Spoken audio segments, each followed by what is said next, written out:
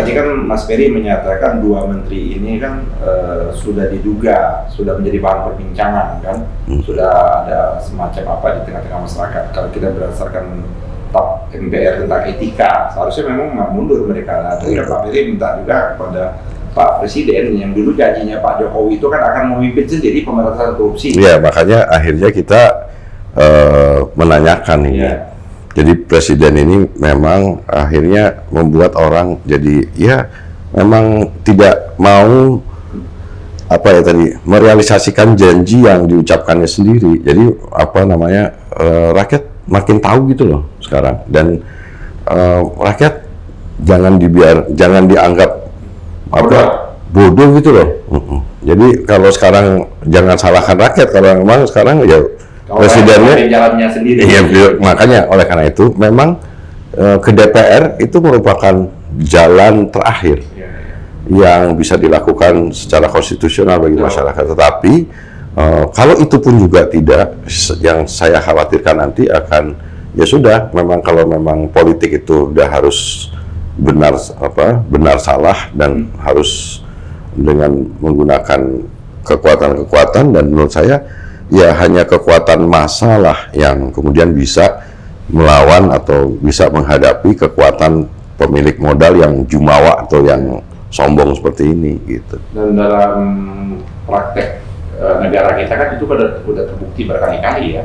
Iya, iya. Gerakan kesadaran rakyat itu ya melakukan perubahan-perubahan yang cukup mendasar. Iya, iya. Bisa kita lihat dari tahun 45 kemerdekaan, Iya. 96, 98 kan seperti Iya, itu. iya. Apa Pak Mas Ferry ingin mengingatkan pemerintah jangan lalai ini bahwa potensi itu sangat besar seperti itu. Ya memang akhirnya kan kalau kekuasaan itu cenderung arogan, makin otoriter, makin tidak mau mendengarkan suara rakyat, menurut saya ya rakyat akan mengambil jalannya sendiri, jalan yang menurut konstitusi itu diperbolehkan, menggunakan cara demonstrasi, menggunakan cara mogok, menggunakan cara apa yang diperkenankan oleh konstitusi kita. Tapi itu kan nanti akan memiliki dampak sosial, bukan hanya politik tetapi dampak sosial. Nah, sebenarnya Presiden mumpung belum terjadi sesuatu yang merugikan posisi beliau sendiri, Presiden harus mengambil sikap tegas ini. Ini saya ingetin terus nih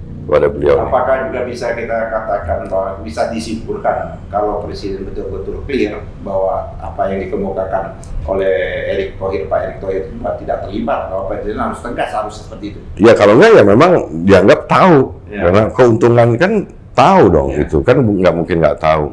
Apalagi kemudian secara etik tadi bahwa PT GSI ini didirikan oleh menteri-menterinya. Kan pertanyaannya kenapa Presiden tidak mengingatkan tentang harusnya yang diserahkan itu BUMN macam-macam, atau sebaliknya sebagai Menteri Negara BUMN memberi masukan kepada Presiden bahwa sebaiknya dalam hal pengadaan PCR ini melibatkan BUMN ini kan enggak. Malah mikirnya BUMN ini udah tinggalin aja, kita bikin PT sendiri, nanti kita lapor Presiden. Nah, saya khawatir dalam konteks pembicaraan itu Presiden ya setuju, gitu. Nah, rakyat ini ngelihat itu, dan ya kalau belakangan ini memang soal undang-undang ibu kota baru, tentang rencana proyek kereta api cepat Jakarta Bandung, padahal sebenarnya masyarakat sudah banyak yang nolak itu, tapi terus dipaksakan gitu. Yang terakhir ini ya yang saya merasa perlu untuk menyampaikan bahwa soal pilkada yang tahun 2022 ini kan masa kepala daerah yang habis itu tuh kan itu kan nanti diserahkan kepala daerah, diserahkan keputusan siapa yang akan mengisi kekosongan itu diserahkan kepada pemerintah. Menarik lagi nanti kita bahas. Saya rasa Mas Yani itu perlu digugat, karena itu masalah administrasi, tidak bisa mengalahkan masalah substansi, di mana kepala daerah itu kan mereka kemarin hasil pilihannya rakyat, gitu. Dan saya nggak senang, saya nggak mengingatkan juga nih, jangan sampai ini menjadi peluang bagi Pak Jokowi untuk merasa bahwa ini saya ya, gitu.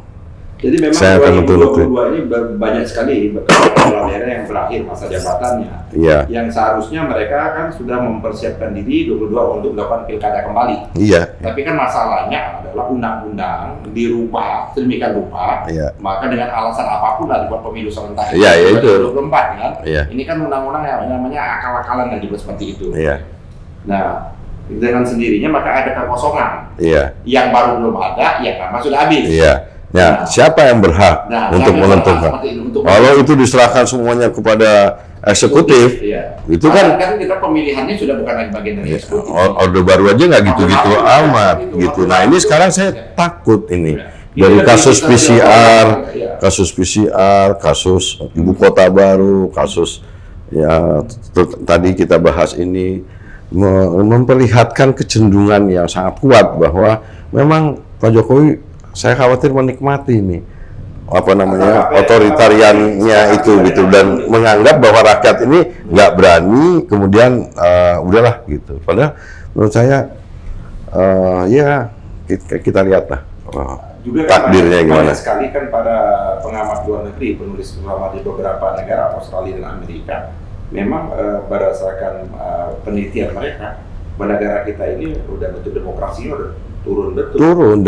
Turun itu kan artinya otoritarian lagi ya, otoritarian lagi, dan ini itu dinikmati. Apa yang ditulis oleh penulis-penulis luar itu, pengamat-pengamat Indonesia itu, fakta kenyataannya yang dirasakan seperti itu ya. Iya, kita rasakan, dan ini yang merasakan mungkin sekarang di level kita. Iya. Tetapi kalau misalkan karena otoritariannya itu dan kemudian melahirkan kebijakan-kebijakan yang akan kemudian berdampak terhadap masyarakat secara luas. Contoh, karena nanti ada ide untuk proyek-proyek mercusuarnya, misalkan ibu kota baru apa dan lain sebagainya, itu terpaksa harus menggunakan sumber-sumber dari APBN yang kemudian konsekuensinya mengurangi anggaran-anggaran yang seharusnya bisa dipergunakan untuk masyarakat. Itu kan nanti dampaknya, misalnya sekarang di awal tahun ini kan sekarang udah harga-harga udah naik, gas naik, listrik naik, berapa macam naik. Nah ini ketemu, jadi semua naik gitu. Nah ini kan bisa jadi karena anggaran yang seharusnya bisa dipergunakan untuk kesejahteraan masyarakat itu malah dipakai untuk kegiatan-kegiatan yang sebenarnya hanya untuk memuaskan pribadi presiden. Nah, saya khawatir ini akan justru menjadi bermulanya perlawanan rakyat itu. Iya. Itu yang kita tidak inginkan. Iya. Dan rakyat udah kasus PCR semua lapisan. Dan apalagi kalau soal harga-harga. Lagi kasus PCR ini, Mas Ferry, kan pada waktu itu kan ingin buat posko-posko ya. Iya. Banyak rakyat mengadu tuh bagaimana itu? Ya, kemarin tuh gini, jadi sebenarnya bukti-bukti yang sudah kita terima dari posko-posko yang secara informal sudah ada semuanya.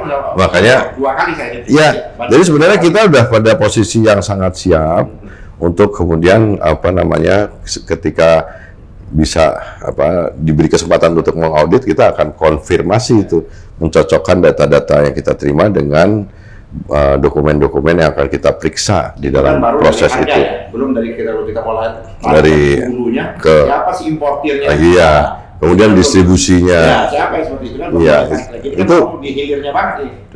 Cepet kok itu. Iya. Kalau kita dikasih kesempatan audit, ya sekarang tinggal kapan? Karena sampai hari ini ya Pak Luhut nggak ngasih waktu dan nggak pernah bicara soal kapan. Harusnya sebaiknya saya minta Pak Luhut memberi keterangan kepada publik kapan PT GSI bisa diaudit. Memang belum selesai persoalan PCR ini.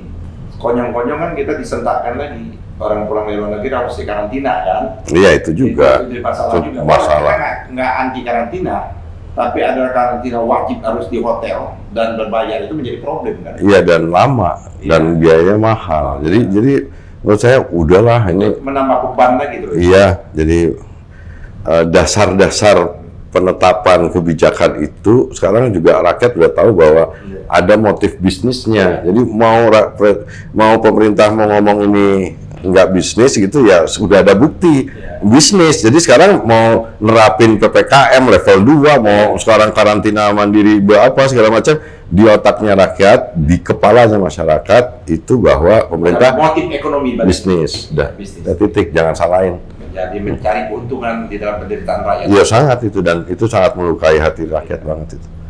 Pemirsa, saya kira kita tinggal tunggu saja tadi koalisi sipil ya, koalisi rakyat sipil, masyarakat sipil untuk demokrasi dan keadilan sudah menyampaikan temuan dan menyampaikan tuntutan. Kita berharap betul kepada institusi yang ada ini, baik KPK, BPK, kepolisian dan kejaksaan, dan juga termasuk P3GSI harus membuka diri seperti itu, agar gelombang ini bisa dialihkan. Ya, kita kan tidak ingin ada gelombang tsunami besar dalam proses demokrasi di kita kan. Kita kan inginnya natural seperti itu. Dan kita harus ke DPR.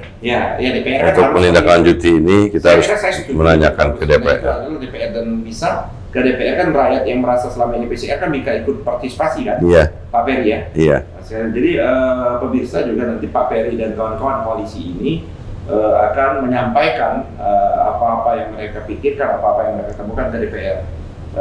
Mengumumkan, silakan kepada masyarakat yang ingin bersama-sama tentunya nantinya pada waktunya, karena ini hak kita sebagai warga negara. Kita ketemu pada episode dan kajian yang lebih mendalam lagi. Terima kasih. Wassalamualaikum warahmatullahi wabarakatuh. Waalaikumsalam. Terima kasih.